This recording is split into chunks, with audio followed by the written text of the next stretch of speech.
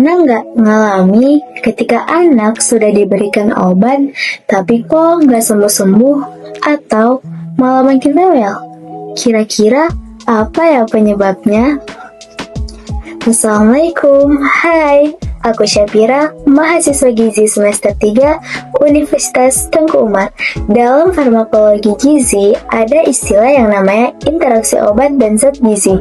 Interaksi obat dan zat gizi adalah kondisi dalam makanan atau vitamin yang anak makan bisa membuat obat bekerja lebih kuat, lebih lemah, atau tidak bekerja sama sekali. Mengapa hal itu terjadi pada anak? Ternyata anak itu bukanlah miniatur seperti orang dewasa, yang dimana pencernaan mereka masih pada tahap perkembangan, enzimnya belum sempurna, dan pola makannya itu sering tidak teratur. Jadi, makanan itu sangat gampang mempengaruhi kerja obat. Contoh interaksi yang sering terjadi. Yang pertama, susu dengan antibiotik. Beberapa antibiotik itu gampang banget diganggu sama susu. Kalau anak sedang konsumsi antibiotik, kemudian diberikan susu, obatnya bisa nempel ke kalsium dari susu. Jadinya obatnya itu nggak nyerap dan tubuh nggak dapet efeknya. Nah, jadi bukan obatnya yang lemah, akan tetapi dia itu keikat sama kalsium. Karena itu, kalau anak sedang konsumsi antibiotik, jangan diberikan susu ya dalam waktu yang dekat. Yang kedua, itu ada obat mah dengan vitamin B12. Obat mah, terutama yang menurunkan asam lambung, bisa bikin tubuh susah menyerap vitamin B12. Kalau dikonsumsi jangka panjang, anak bisa kekurangan vitamin B12. Jadi, kalau anak sedang konsumsi obat mah, perhatikan juga asupan makanannya ya, agar tetap tercukupi vitamin B12-nya. Yang ketiga itu ada vitamin K dengan obat pengencer darah. Nah, kalau anak sedang konsumsi obat pengencer darah, kemudian makan makanan yang mengandung vitamin K seperti bayam, brokoli, nah obatnya itu jadi kurang efektif. Nah, soalnya vitamin K itu ibarat penyeimbang pembekuan darah. Jadi kalau terlalu banyak konsumsi vitamin K, obat pengencer darahnya itu nanti akan kalah. Bukan berarti anak itu nggak boleh makan sayuran ya, cuma harus diatur agar tidak berlebihan.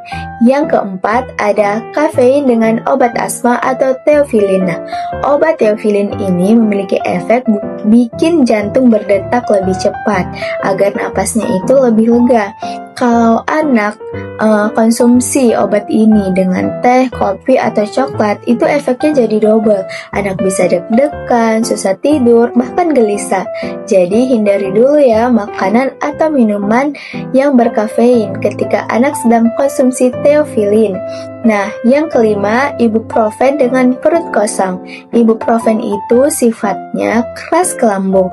Kalau anak konsumsi ibuprofen saat lambung kosong, nah bisa muncul mual, muntah, ataupun perih. Nah, jadi lebih aman kalau dikonsumsi setelah makan ya, supaya lambung tetap terlindungi. Selanjutnya, beberapa obat yang paling mudah dipengaruhi oleh makanan. Yang pertama, antibiotik dengan susu atau kalsium. Beberapa antibiotik itu kerjanya harus diserap sempurna ini di lambung. Tapi kalau diminum bareng susu, yogurt, keju, atau makanan yang berkalsium tinggi, obatnya itu malah nempel ke kalsium. Nah, akibatnya obatnya nggak bisa masuk ke darah dan tidak bekerja secara efektif. Jadi, kalau anak sedang konsumsi antibiotik tertentu, sebaiknya hindari dulu nih susu atau vitamin kalsium dalam jangka waktu yang dekat. Yang kedua, teofilin dengan kafein. Nah, obat teofilin itu bikin saluran napas jadi lebih lega. Tapi kalau di minuman berbarengan dengan teh, kopi, atau yang mengandung tanin, efeknya itu jadi lebih kuat. Anak bisa gelisah, deg-degan, bahkan susah tidur. Jadi saat anak sedang konsumsi teofilin, sebaiknya hindari dulu ya makanan atau minuman yang berkafein. Yang ketiga, kortikosteroid dengan kebutuhan zat gizi. Nah, Obat steroid itu dia cepat sekali bekerjanya. Karena itu, anak yang sedang konsumsi steroid, dia itu lebih butuh banyak asupan protein dan kalsium agar tubuhnya itu tetap kuat. Kalau anak kurang asupan tersebut, anak bisa lemas dan nafsu makannya nantinya jadi kacau. Jadi, pastikan ya asupan protein dan kalsiumnya itu tercukupi ketika sedang konsumsi steroid. Yang keempat, ada ibuprofen dengan kondisi lambung. Ibuprofen itu adalah obat anti nyeri dan demam, tapi sifatnya itu agak keras di lambung. Kalau diminum dalam perut kosong, nah dia itu bisa merasa mual, muntah, dan perutnya itu perih. Maka dari itu, ibuprofen selalu dianjurkan diminum setelah makan agar lambung tetap terlindungi. Nah, dampak interaksi pada anak yang pertama itu adalah obat tidak bekerja efektif, kemudian yang kedua penyembuhannya lama, yang ketiga anak makin lemah, yang keempat itu adalah efek samping yang muncul seperti mual dan muntah yang berlebih.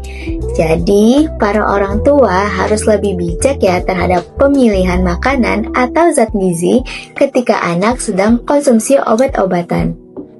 Agar obat bekerja lebih maksimal dan aman pada anak, ada beberapa cara pencegahan yang dapat dilakukan. Yang pertama, perhatikan aturan minum obat, konsumsi obat sebelum atau sesudah makan. Dan yang kedua, hindari susu atau kalsium ketika anak sedang konsumsi antibiotik. Dan yang ketiga, jaga pola makan seimbang. Jangan banyak konsumsi makanan yang terlalu asam ataupun berlemak saat sedang konsumsi obat. Dan yang keempat, jangan gabungkan vitamin atau suplemen dengan obat tanpa ada anjuran dari dokter dan tenaga medis. Yang kelima, baca etiket dan ikuti petunjuknya. Jadi teman-teman, obat itu nggak bekerja sendirian.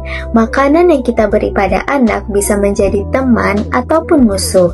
Dengan sedikit pengetahuan, kita bisa bikin obat itu bekerja lebih efektif, lebih aman, dan anak lebih cepat pulih. Terima kasih sudah belajar bareng aku.